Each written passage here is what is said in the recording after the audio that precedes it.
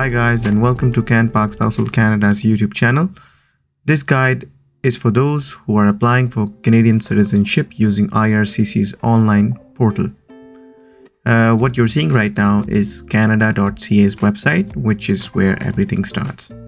So the first thing is to click your language of preference. If it's English, go for English. If it's French, go for French. So for this guide, I'm gonna use English. So this is their main page, and since you're applying for citizenship, this is what you need to look for and click. If you scroll down further, you'll be able to see the tab citizenship here. So just click here. Now this is Canadian citizenship's tab. Inside there are a lot of tabs. Obviously, if you're applying for citizenship, this is the first link you have to go in. There are other tabs as well, but I'm not going to go into that because it's going to take a lot of time. Your relevant tab is just this one. Alright, so when you're applying, you have to fulfill these basic requirements. The very first requirement is that you must be a permanent resident. The second, you have lived in Canada for at least 3 out of the last 5 years. So 3 years is 1095 days. They don't have to be simultaneous or concurrent. They can be, you can mix the days as well, but it's the days which counts. And then you have to make sure that you file your taxes if you are eligible to file taxes. Then you have to pass your citizenship test, and then you have to prove that you have adequate language skills in English or French, which are the official languages of Canada. There are other minor requirements as well. Let's see what it says here. Okay, so basically these are the same things which was shown earlier. So there are other additional requirements for those who are applying. Obviously,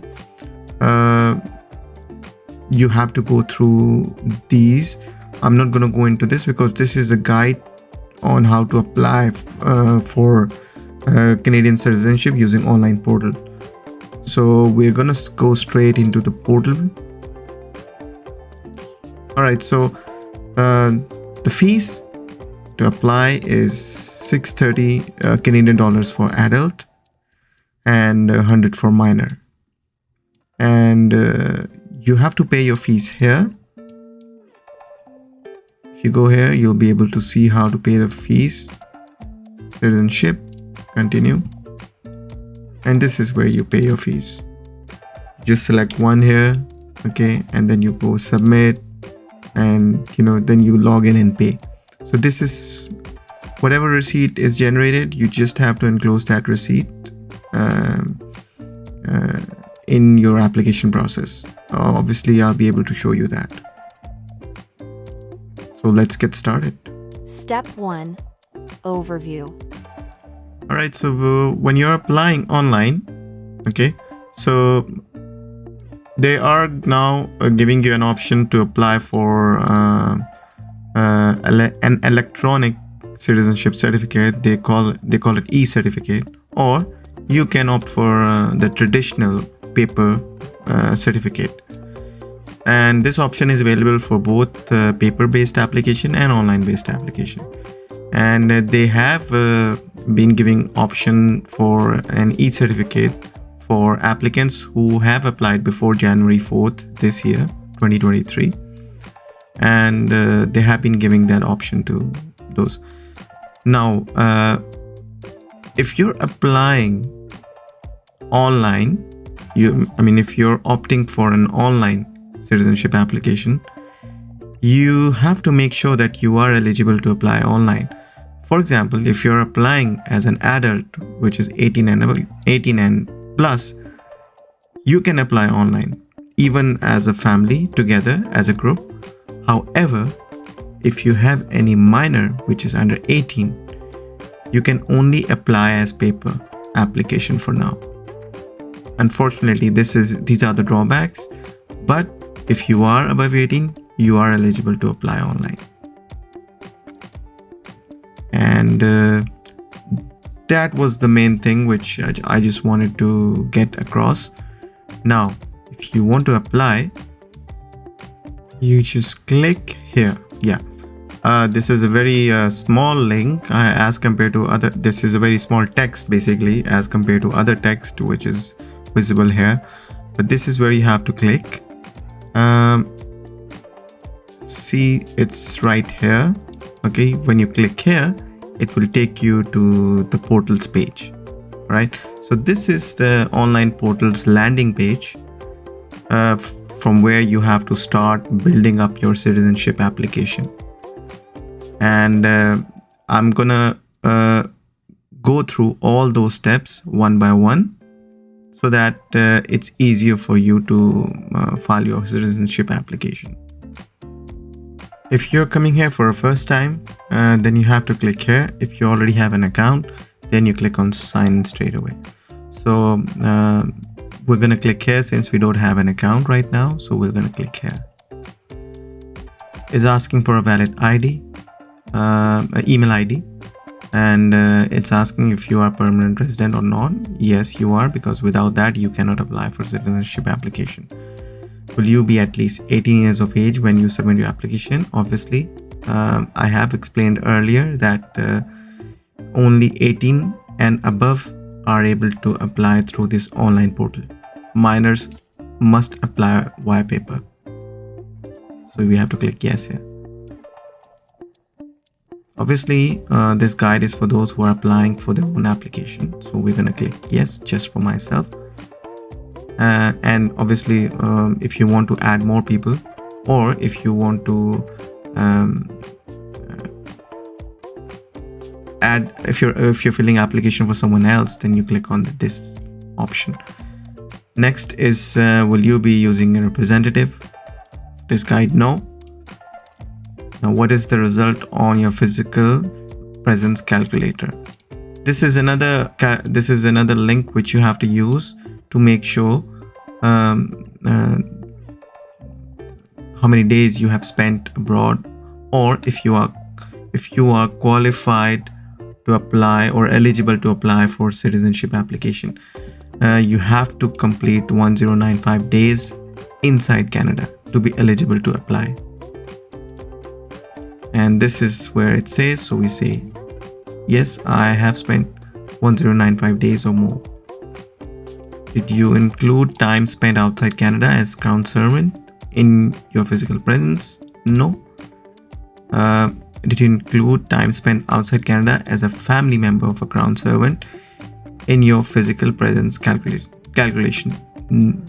For both, we will select no. I'll explain the Crown servant part at the end of the video, so just be mindful of that. Now we're going to click on start your application. These are the terms and conditions. You have to go through it one by one. Once you agree to all of those terms and conditions, you select I agree. If you select I don't agree, you won't be able to apply for this application using online portal.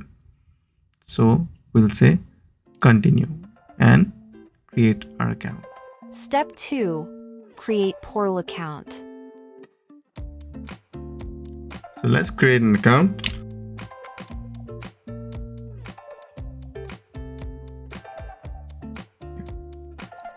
I'll use a password, just a random password, and obviously whatever password you are using, just make sure you are fulfilling all of these requirements and just say create account. So it will basically send a verification code via your email, and you just have to look into your email account to see if you have received any verification code from IRCC. So I'm just going to show you briefly how it looks like. You'll get an email notification like this, verification code in your email account, and once you have received it, you'll see an email like this, and there's a code here visible. You have to use this code. Obviously, whenever they will send you an email, a code email, it's gonna be different every time. So for me right now, I have to input this code to verify.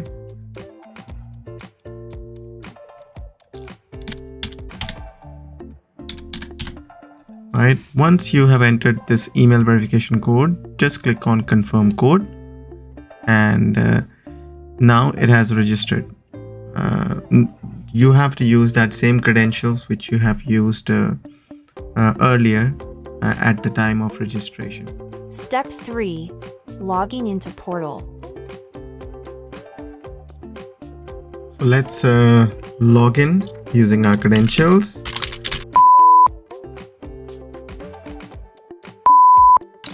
And then we'll use password, and then we click on sign in.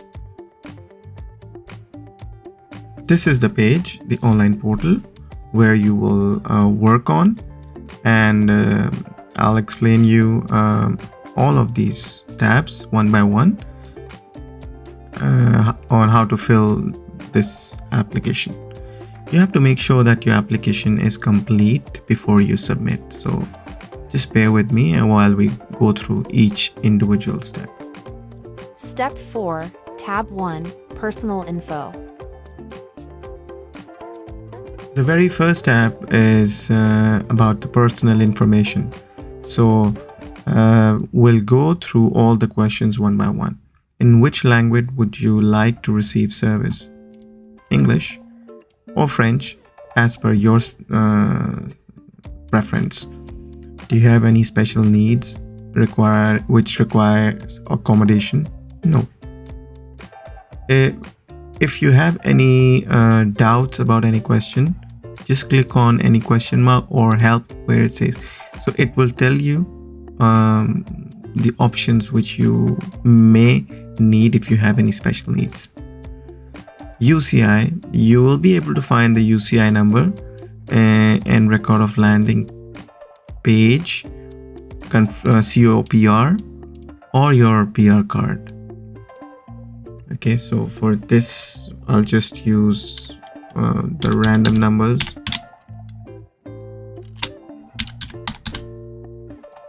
Okay, and your full name. Right, so the family name will come first. Okay, so I'm just using this as an example. So your surname or the family name or your last name will come here in this box, and your given name as per your passport, current passport, will come here.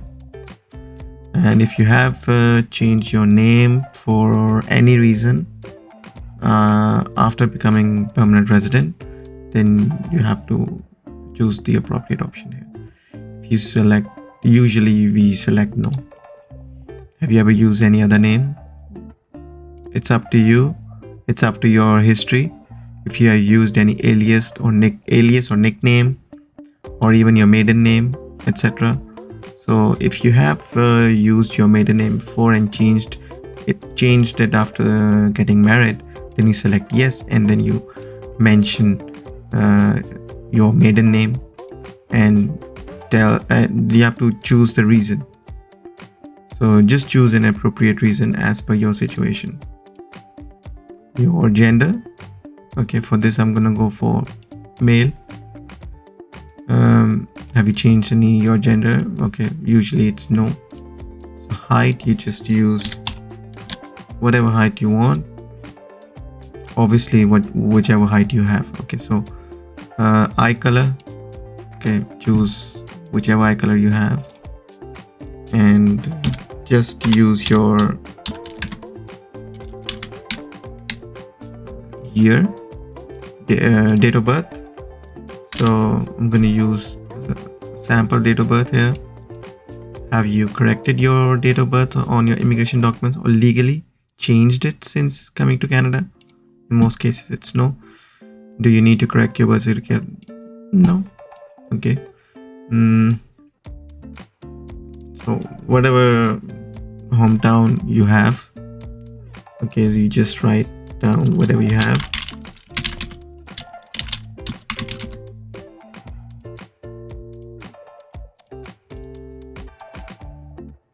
In most cases it's outside Canada, but for this I'm just using it for an example.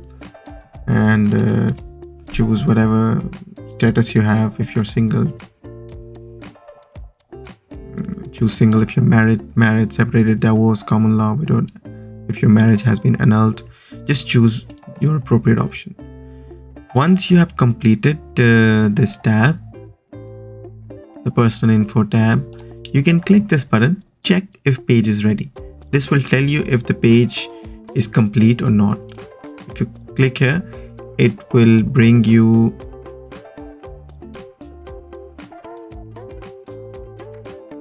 to an error you may see. Okay, so basically we chose this option which we didn't want to fill, so we just say no. Change your gender. Okay, so we used no for everything. Now it says the page is ready. Okay, so we go next. Step 5, Tab 2, Contact Info. Whatever address you have, you just type here. So I'll just put one random address here. So it will basically confirm if it's in Canada. It will confirm if the address is in the right format. And is the mailing address the same as the home address? Yes. Primary phone number, Canada. So you have to write the phone number in this format. Now it says it's okay. So these are just sample numbers which I'm generating here just for the guide. Do you want to provide any other number? No. Usually the applicants fill their online application via online portal themselves. So just select this option. Do you want to appoint any representative? In most cases it's no if you're applying yourself. Just click here. Tell you if there are any errors or not. Okay, so for the number, we forgot to select if it's a residential number, cellular or business. So choose accordingly.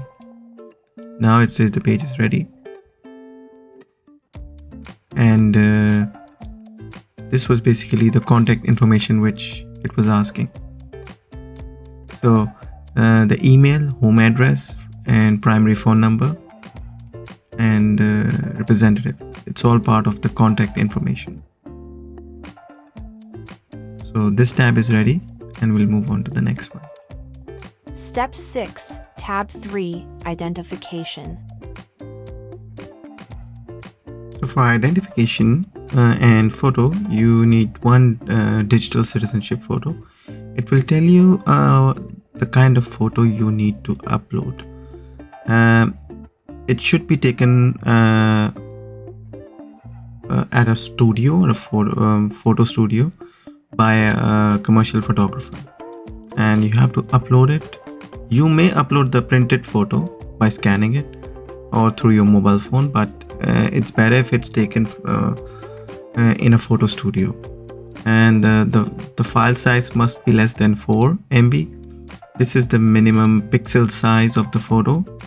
The file format is JPG or JPEG, JPEG 2000. So these are the acceptable file formats, and you can upload up to 4 files, but usually you just need to add 1.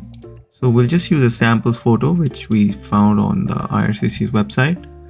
I'm basically using, I'll tell you which photo I'm using as a sample. I'm using the same PR size photo. So this is the photo I'm using, which is acceptable. So it's also acceptable for citizenship. So this is what I used. It says successfully uploaded. Now just write your photographer's name, ABC photographer, okay, and the country, Canada. Just select here and just say 111. We're gonna use same address. Okay, so the address data has already been propagated in appropriate fields, so you don't have to type each field, because it will search. It will search for the correct address if it's in Canada. Now, the date of the photo. Your photo must not be more than 6 months old. So we're gonna use, just gonna say January 1st.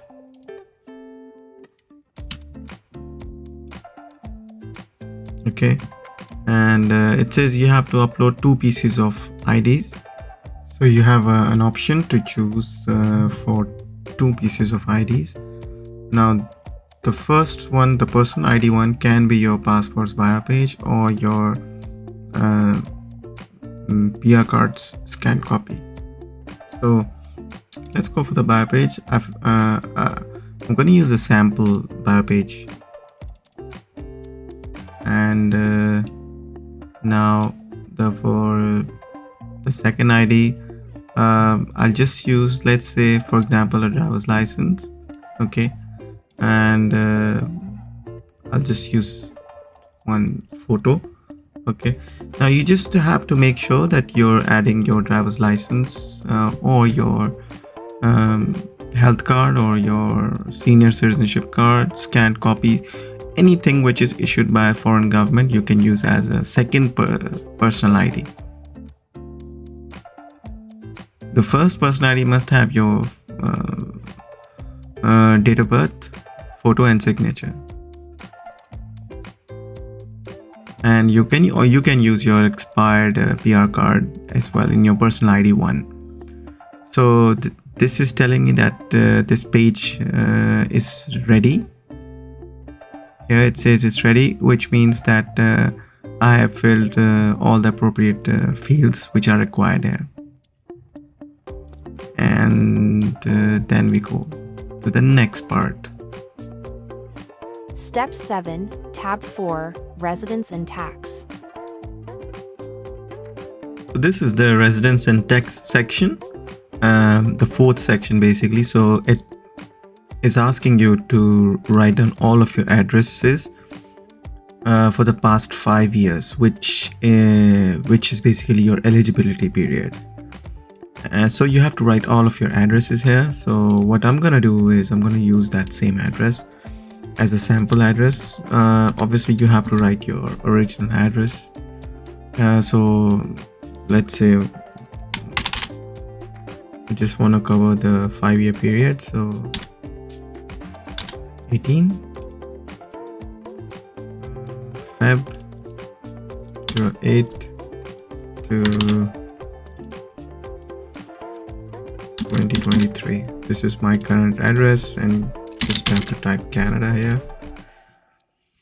For the address, we'll just use this because we are using this throughout the application, and just say save, and this is where your address is saved. So the more addresses you write here, the more boxes will appear here. Just have to make sure you cover all of your addresses. So for police certificates, you just have to provide the police certificate if in the past 4 years you were living in a country other than Canada for 183 days or more in a row, which means together without any gap. You were outside Canada for 183 days in a specific place in one country since the age of 18, obviously. So if you were not outside Canada for more than 183 days in a row, so just select no. If yes, then you have to choose a country where you were. Okay, whichever country you choose, you have to provide its police certificate. Now some countries, they don't give you the police clearance certificate upfront. You need IRCC's letter to apply. For example, Saudi Arabia, they require IRCC's letter of request. Once you have that, you need to contact IRCC's mission, let's say for example in Riyadh, and they will start the facilitation process from there. They will give you the facilitation letter, and then you have to produce that letter to the Saudi authorities to get the police clearance certificate.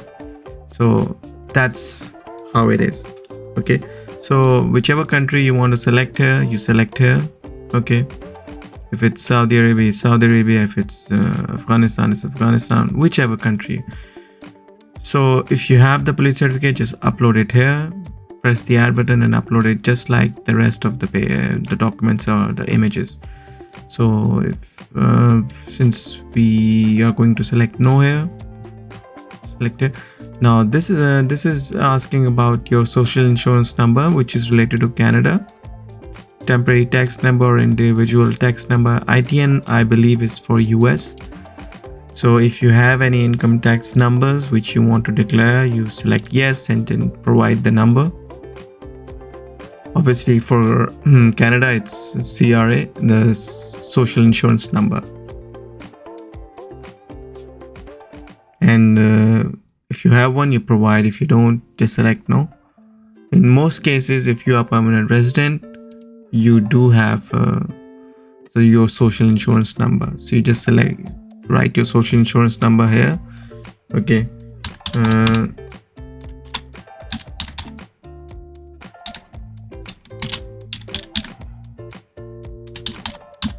Okay, I just wrote random numbers here. So it will ask you if you have filed your taxes in the last during your eligibility period of 5 years. So if you select yes, in most cases, if you are living in Canada and working and paying taxes every year, just select yes and yes for every year. If not, if you were abroad for more than 183 days, you are not considered a tax resident, then you select no, and then you choose the option appropriately. This is basically related to CRA. So it will basically tell you if you were required to file taxes or not. Okay. In most cases, if you are residing in Canada, then you are required to file taxes. So if you click here, if you click the help option, if you are confused, just click here. So in most cases, we choose yes if you are working in Canada. And this is basically giving authorization to IRCC to basically inquire about your tax record with other agencies. So if you select yes, it's well and good. In almost all cases, you have to select yes. Now it will ask you for your status. What's if you currently or have held any immigration or citizenship status in a country or territory other than Canada, and also your country of birth. So you just select yes if you have dual nationalities or dual citizenship. If no, then you select no. So the last one is asking for the travel documents or passports. So the question is, have you ever held travel documents or passports during your 5-year eligibility period? If you have held it, in almost all cases, people do have their passport unless until you have applied for asylum or you were under a protected status. So this is basically where you will add your passport details and the bio page of your passport. So once you have uploaded the bio page of your passport here, I'll just use a sample one. Okay, and I'm going to use a random one. So the issuing date is, let's say, 2022 Feb 9, and then 27 Feb 10. So document number AP 47894561. Let's say country of issue is, let's choose the last one then, Zimbabwe. Place of issue, Harare. Okay, just an example, and I've added the bio page. Okay, now the last, save this document. So this option will come that the passport, basically it has been successfully saved here, and that's what. Now you click on check. So this is basically saying that there's a gap. Yeah, so we'll just edit it here. So we wanted to cover 2017, so this will cover your eligibility period, and we'll just say save. So see, it says this page is ready. So you have basically completed your residence and tax tab. Okay, and next is the work and school. So we'll save it. Okay, there's always an option to save your application by clicking here. Once you save your application, whatever you have entered in your online portal, it will be saved. So, or if you want to come back later, you sign in, and then it will show you from the last available tab which you have completed or which you are completing. So let's go on to the next step now. Step 8, Tab 5, Work and School. Work, school, and activities. So this section is basically asking you to write down all the details about your employment and education history in the past 5 years only, which is your eligibility period. Now, the first thing is that you have to start with the most recent. So for example, if you're studying in a university and you started your university in, let's say, 2021, okay, then you just write the month and year. They don't want the exact date. So let's say you started in April 2021 and it's still ongoing. So you just, occupation is student, obviously, and whichever university you're studying in, let's say McGill, okay, just write the university's name, and then you write their address.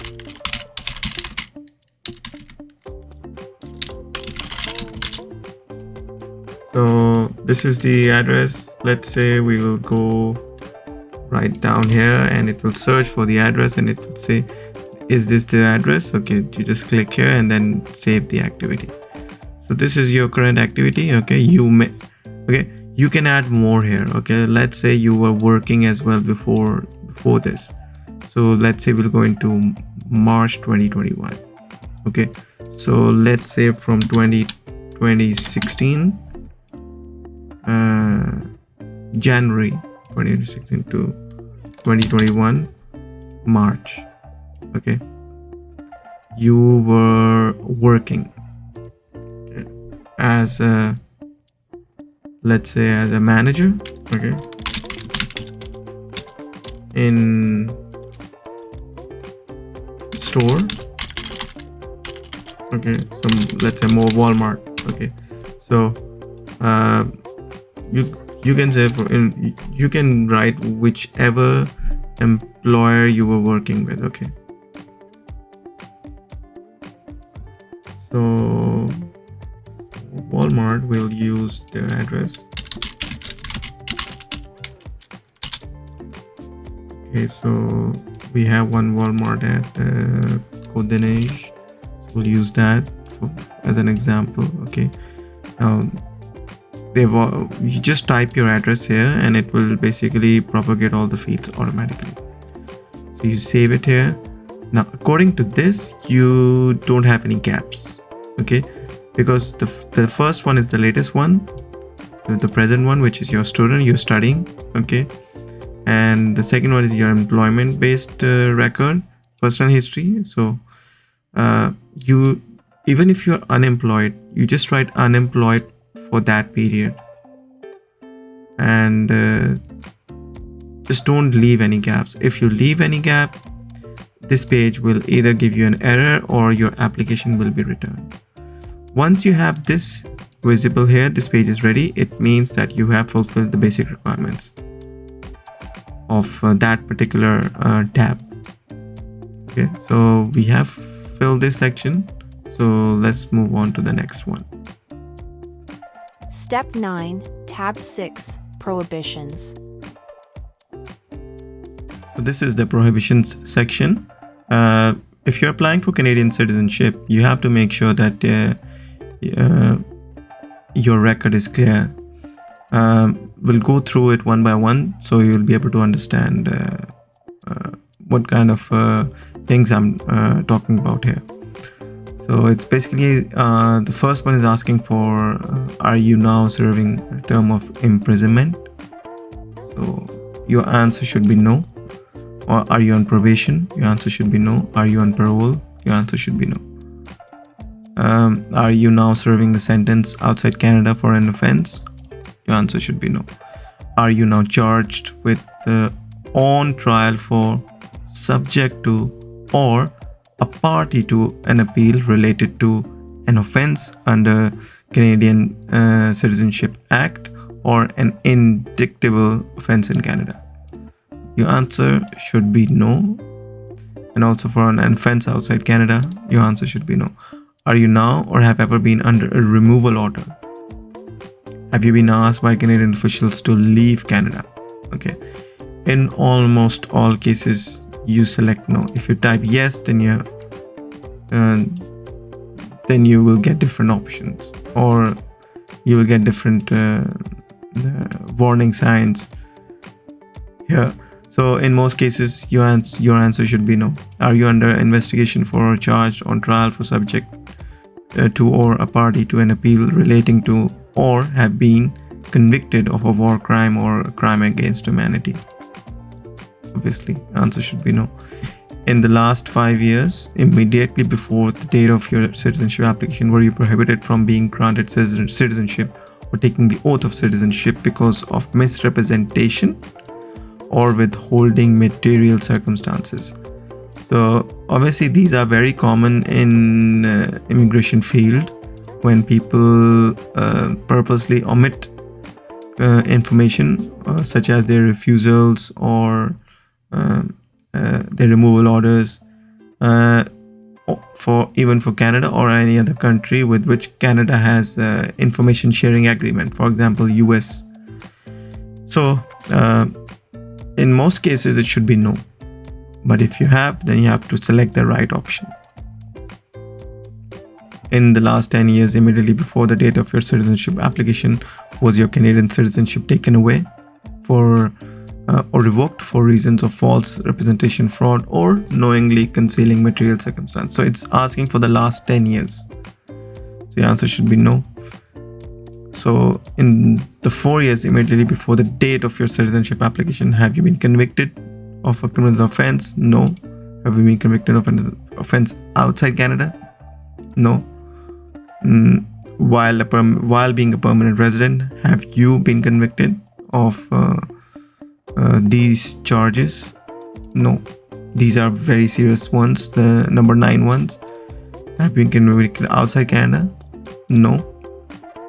Have you served as a member of an armed force of a country or territory, or an organized armed group engaged in armed conflict with Canada?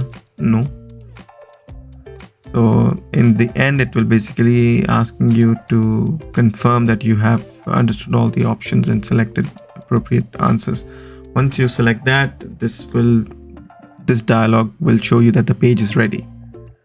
So you can then move on to the next one. Step 10, Tab 7, Language Proof. This is a language proof section. It's asking you for proof of knowledge of English or French, which are official languages of Canada. So you have to select the right option here. If you have, then you have to select which document you are submitting. If you have studied French, let's say in Quebec, then you can submit that document. If you have studied English in Ontario or in any other province, then you submit that certificate. If you have studied in your university outside Canada where medium of study was English or French, then just get a letter from your institution stating that your medium of study was in English or French. That can help you in that. If you have a report card from an institution where it says that the medium of study was in English or French, you can submit that as well. Basically, you need to show proof that you were studying in English. So from your university where you have studied, you can submit that document. I'll show you another one. Like if you can click here, this will basically tell you for citizenship what are the requirements.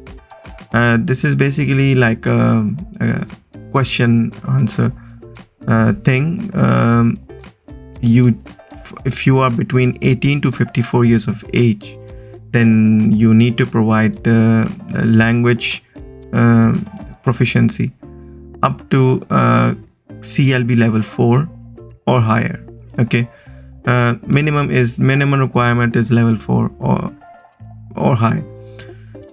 So here it's gonna ask you a series of questions if you have attended your secondary or post-secondary program in English or French, whether in Canada or outside Canada. So if you have, then they will ask you for these documents which you can provide. So then you can go on and keep answering these questionnaires. Okay, this will basically help you. So whichever document you are submitting, you just select it here. Okay, if you are submitting IELTS, you can click here. Now remember that for IELTS they don't accept academic, they only accept general training, and you can also use an expired certificate for citizenship. It is acceptable. Okay, now if you select let's say we will select let's say the first one. Okay, and I'm just gonna because I have to go through it, I'll just add document here. Once you have submitted it, you will just see a message here which says this page is ready, which means that you have fulfilled the basic requirement which is needed to complete this section. Now we'll move on to the next section. Step 11, Tab 8, Physical Presence. Now this is a physical presence tab. Here you have to prove that you have been residing in Canada for at least 1095 days, which is 3 years. It does not have to be continuous.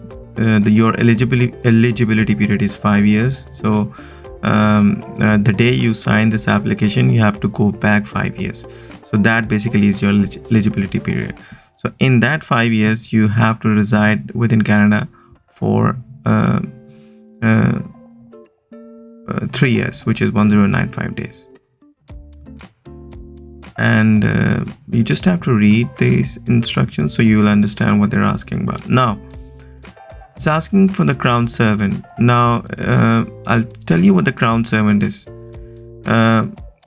Crown servant is someone who who's employed outside Canada in or with the Canadian Armed Forces, the Federal Public Administration, or the public service of a province or territory, other than as a locally engaged person. So if you're not affiliated with the Government of Canada or Canadian Armed Forces, then you were not a crown servant.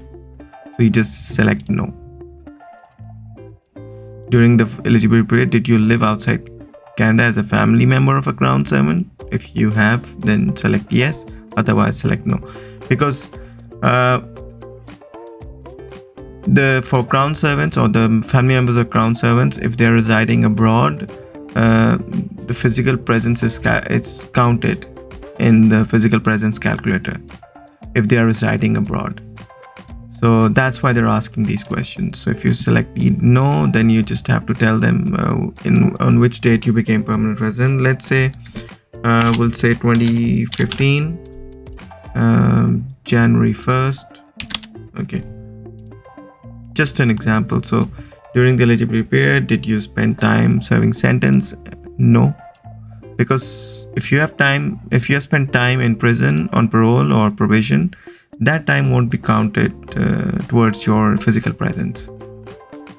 This one is asking for did you leave Canada for any reason? For example, vacation, business, work, school, or illness, or any reason. If you have left in the last 5 years or the eligibility period, which is how it's referred to here, just select yes. And let's say you went to Malaysia, you select 2021.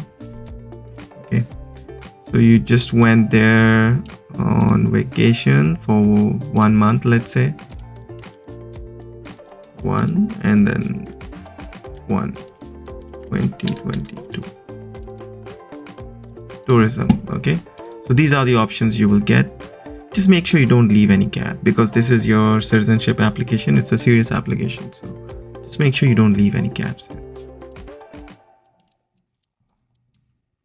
Once you add here, it will calculate your days in Canada using your eligibility period, and when you click here calculate, it will calculate your days here. Okay, so these are the 5 years. This is your time outside Canada.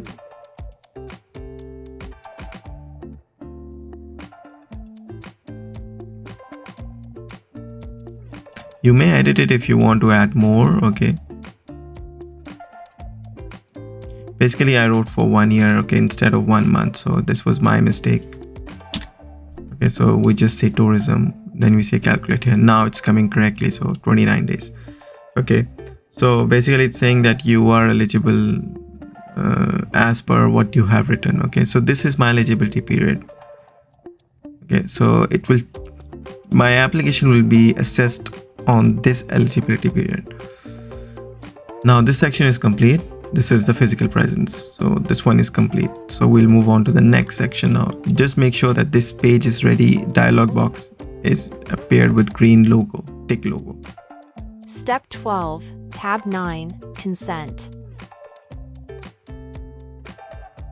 This is a consent tab, which basically have some questions which you have to answer once you become a Canadian citizen. So if you want a congratulatory letter from your member of parliament in your area, okay, you just select yes. If you don't want to, you select no. These are optional ones. It doesn't affect your citizenship process. If you want your name to be added in the National Register of Electors, okay, you select yes. If no, you select no. Okay, they will basically tell Election Canada as well if you want to be added or not. Okay, so you just select yes or no if you want to, because these are optionals. Optional ones. Whether you let IRCC do the work or you can do it later on your own. That's up to you. So for Quebec residents, this is for Quebec. If you don't live in Quebec, you just select this and move on. If you live in Quebec, then you have to select yes here. Okay, so you just select no, and so these options become disabled. Now this is a question which was not present before 4th of January 2023. So this is basically telling you if you want an electronic e-certificate which will be emailed to you. It will be like a PDF file which you can keep it with you, or you want a paper-based citizenship certificate. So it's up to you. I would say this one is much better because you don't have to save any paper. This will be an electronic certificate which will be like a file. So anytime or every time you want to show this, you can just print out as many as you want. Okay, so that's the benefit of e-certificate. You're saving paper as well. Nowadays it's all about saving paper, and it's better for the environment. So that's about it. So this consent section is all about giving consent. Okay, so this is complete and we'll move on to the next tab. Step 13, Tab 10, Optional Documents. So as the name suggests, optional documents, this is the last tab which you have to work on. So obviously it's an optional tab. If you feel the need to submit any information or document for IRCC to review it, or if you think it will benefit your case in terms of your citizenship application, then you submit any document you want to here just by clicking add, and then add as many as you want. Usually what people do is, since you can only upload 4 files, what people do is they accumulate multiple files in one single PDF. So that way you can add as many pages as you want, but make sure that you don't exceed the minimum file size or the maximum file size. Yeah, so just make sure of that. And we have completed this. Now you see the obviously there's no check page is ready dialog box here. So obviously this is an optional thing. If you want to submit, you submit. If you don't want, you don't have to. Step 14, Pay Fees. So this provide details tab is ready. There's a green check mark here. So we'll move on to the pay fees. So in the pay fees, you basically have to upload the receipt which you will get. And obviously there's no payment option here. Once you click here, it will take you to a different page. So let's say we'll click here and it will take me to a different page. If you scroll down, there's an option here, citizenship. You can answer questions to get to the right fee, or you can just click citizenship and continue. Here you are looking at various options. So the first option is the appropriate option. You just select one, and then you click on submit, and then you log in and you pay for it. Obviously you have to click on login and pay here. So once you click login and pay, it will ask you for your username and password here. Okay, so the thing about this fee payment online services is that this account which you have created here will not work for the payment one. You have to create a new one. So it does say if you are a new client, please register. So once you click register, it will ask you for your email. Just write your email and then you type your password.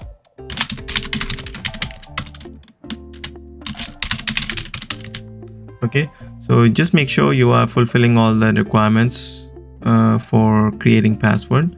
And once you click continue, it will ask you a series of questions. Just write whichever answers are appropriate for you.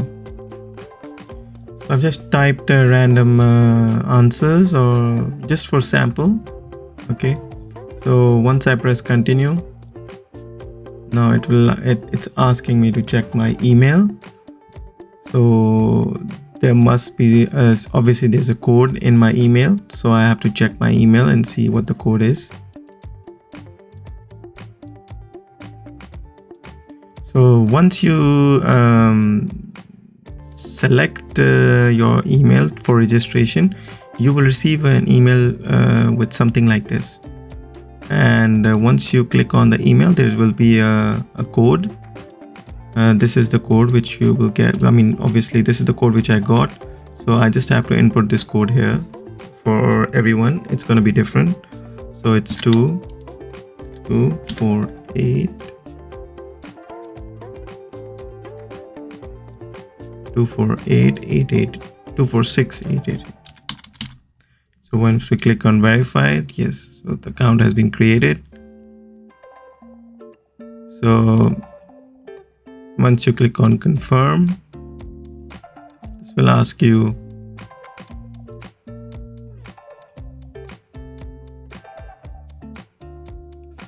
this is basically telling you for the refund if your application is refused or anything will not be refunded or things like that. So you can read it if you want to more about it. So once you click on I read and understood this disclaimer, you just press on proceed to secure checkout. So this is where you'll enter your card details. Once you have entered your card details and the payment has been accepted, you will find a receipt. I'll show you a sample of the receipt.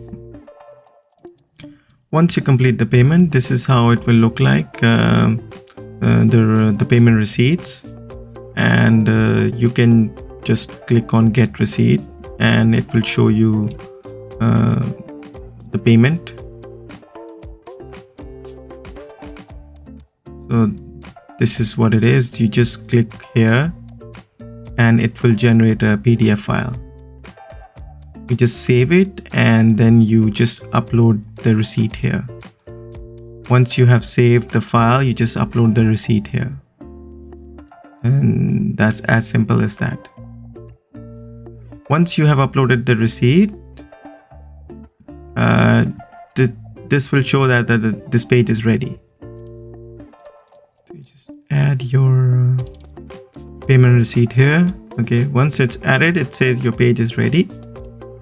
Okay, and obviously the provide details is complete, the pay fee complete. Now you just have to move on to the next section. Step 15, review and submit. Once everything is completed, where it says provide details and pay fees is ready, then you go into review and submit. So review and submit will basically tell you if you're ready. When it comes to all the tabs, it will tell you like everything has to be green. So once it's green, you can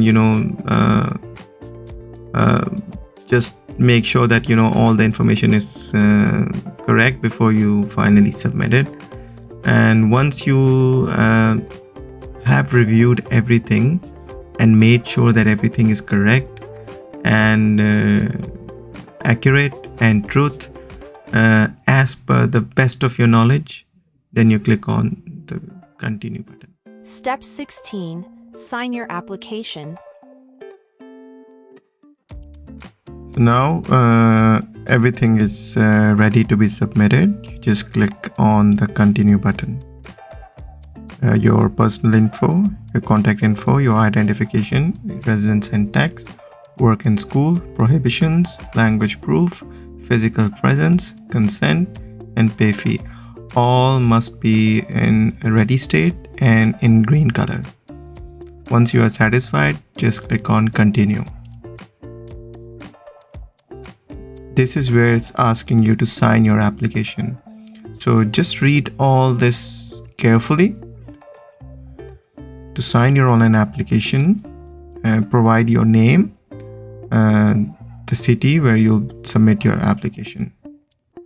So this is where you have to submit. I mean, if you are in Canada, you write in Canada. If you're not in Canada, you just write not in Canada. So that's how you submit your application. So we'll just sign the document. You may read all the privacy notices and everything. That's about. We'll just sign the document now.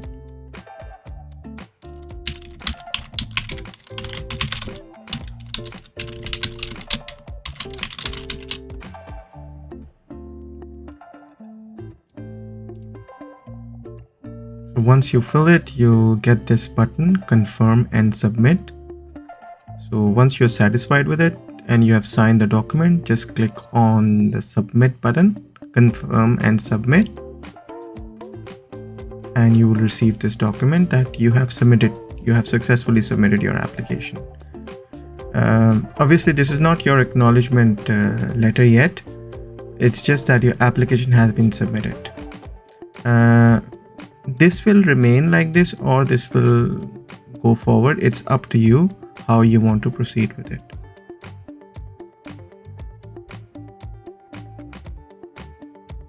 And that's about it. Step 17. Submission emails.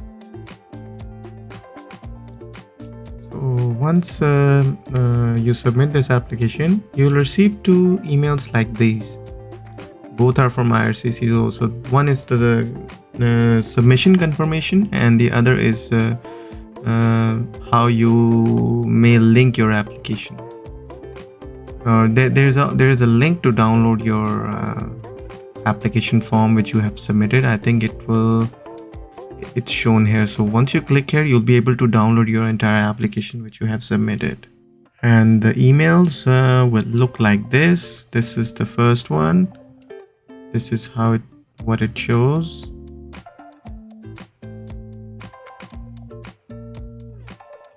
And the other one this is the submission one, and the other one is this. This is an automated message basically. The copy of your citizenship application. So it has a link. So it's just telling you to sign into your account and just download your application's copy from here. So this is basically how you submit your online application on an IRCC's portal. This is a bit different from the paper-based application. So, but it's a lot quicker. It's easier, and there are a lot of checks where if you are filling a form, the web-based form will tell you basically how it's whether the data you have input is correct, adequate or not, or if something is missing or not. So that's a good thing about it. So I would definitely prefer online application as compared to paper-based application. Closing. Final notes.